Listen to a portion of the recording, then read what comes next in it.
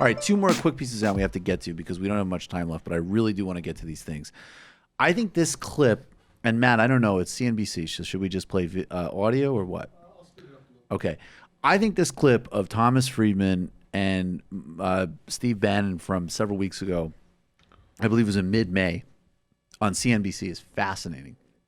One, because, I mean, you know, just the sort of obvious thing that there's still this notion, rightfully so, that because Steve Bannon is like a global promoter of fascism and extremism and a conduit for all sorts of bigoted ideas, that supposedly there would at the very least be somewhat of a contradiction between, you know, him and Thomas Friedman, who, I mean, obviously people like us have, you know, focused on his hideous promotion of corporate globalization, but is certainly supposed to be a voice of sort of like, at the very least, kind of like globalist values in the sense of like collapsing borders and opposing bigotry and things like this. And then also that this next phase of this China conversation is actually getting very interesting because Thomas Friedman would be of the sort of, you know, segment of people that Bannon is railing against, right? Which is like, for decades, just trade with China. There's nothing else to really discuss, right? Like, who cares about, forget labor situation in China or obviously labor situation in the United States. Who cares about the environment? You just have a great situation. You go and you exploit cheap labor in China and you get cheap goods here. And now it seems like, I think from these guys' perspective, it's like, well, all of a sudden China's a rising superpower and they have companies like Huawei, which are like going to dominate 5G. And we're talking about artificial intelligence and basically the future of the economy and military dominance. So this sort of like China's basically just like a giant sweatshop. That's not going to work for us anymore. And all of a sudden you see in this clip, basically the so-called divergence between the New York Times architect of globalism and the, you know, supposedly far right, I mean, he is far right, but the supposedly, you know, populist, they have exactly the same view on this. And I want you guys to touch on it after. It's fascinating. Steve, what are you hearing from, you're over in Berlin now, what are you hearing from Europeans? Because they actually, this never should have been a story about us in China alone. This has always seemed to me a story of both the Europeans and our Asian allies. It is why I supported TPP and why I did oppose the steel and aluminum tariffs on Europe. I think we all needed to line up shoulder to shoulder on this. It should not be us alone, because if you talk to the Europeans, and I'm sure you have, they have the exact same problems we have. What are you hearing over there? What are they saying about our strategy? See, but I think Trump's strategy here is working. These bilateral deals with Korea, increased defense spending, a bilateral deal with Japan, now a bilateral deal is going to get into with the EU. It's here in Germany. Their business model of advanced precision manufacturing is what's going to be gutted first. Yeah.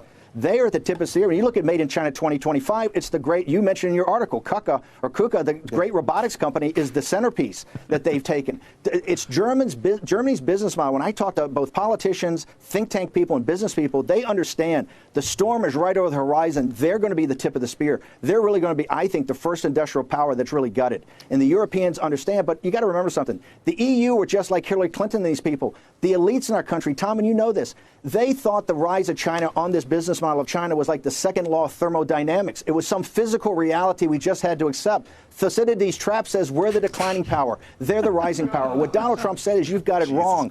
We're the not only rising power, we're the dominant power. And we're going to reform the world along lines of free market democratic capitalism. And here's how it's going to be. You've got to break, you got to lance the boil. And that's what Donald Trump is doing right now. I think our European allies are going to come around. I think they're going to individually come around to this because I think they see the wisdom and the toughness of what Trump's doing. Steve, it's always been clear to me the Chinese wanted to negotiate with Mnuchin and not Lighthizer. Because I think Lighthizer is... Lighthizer is the guy who's in charge of negotiations for the Trump administration. He's much tougher than Mnuchin. Actually, I think we can kind of leave it at that. I just think there's... Just the only other thing I want to note, isn't that fascinating that Bannon says, basically, Friedman is kind of interested at the very least, and I think supportive of a trade war, totally supposedly out of character. And Bannon, what does he say? Pave the way for democratic capitalism, which I thought that was the big globalist project.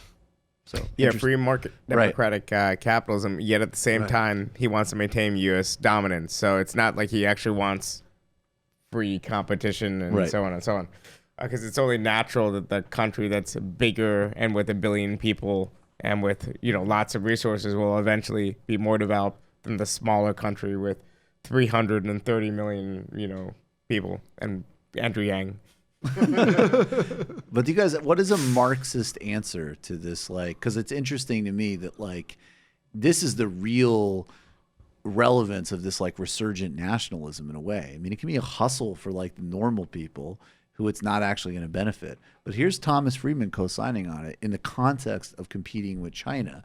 And is this going to be, and there was a really good piece in Jacobin, I'm forgetting who wrote it, but Nicole Ashraf. Yeah, Nicole Ashraf made the point that this parallels the 1980s, where it's like you tell you have this war, and then you tell workers here, it's because they're eating your lunch, not because we're eating your lunch. And so we'll whip up another nationalist frenzy. And that way, Steve Bannon becomes, at the end of the day, a perfect Goldman Sachs man, which he is an alumni of, as well as Harvard Business School. We're going to be doing a lot more coverage of that. You've just watched a Michael Brooks show video, and you can watch all of our full main live shows every Tuesday night at around 7 p.m. Eastern Time, and subscribe to get all of the clips you want. We're covering the globe.